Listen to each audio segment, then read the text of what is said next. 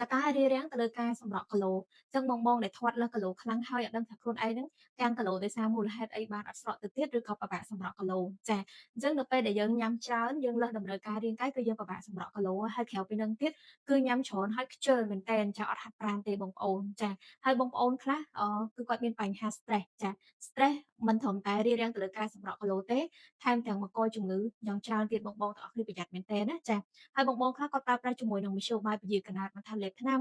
ចាក់ថ្នាំដាក់កូនក្នុងស្បូនចុងដៃស្បូនចាសិតតែពិបាកក្នុងការសម្រក់គីឡូហើយចាហើយបងខ្លះគាត់ឈឺច្រើនមែនទែនដោយសារបញ្ហាសុខភាពរបស់គាត់ឥតអំណោយផលណាចាហើយបងខ្លះគាត់ត្រូវញ៉ាំថ្នាំពេទ្យជាប្រចាំចាព្យាបាលជំងឺចាហើយបងខ្លះគាត់stress ចឹងទៅគាត់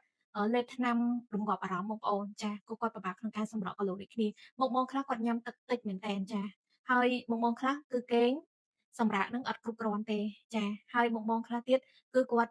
គិតថាកត្តាទាំងអស់ហ្នឹងជារឿងធម្មតាសម្រាប់គាត់ដោយសារគាត់ប្រើប្រាស់ជាមួយនឹងផលិតផលពីមុនមកច្រើនបានស៊ាំអីចឹងណាបងប្អូនត្រូវកលេចមើលកត្តា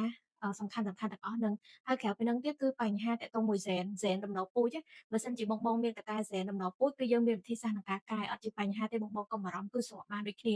បងអាចតាមដានវីដេអូរបស់ខ្ញុំបន្ថែមទៀតណាខ្ញុំចែករំលែកបន្តដើម្បីឲ្យបងនេះបានស្រកគីឡូលឿនស្អាតចាអរគុណ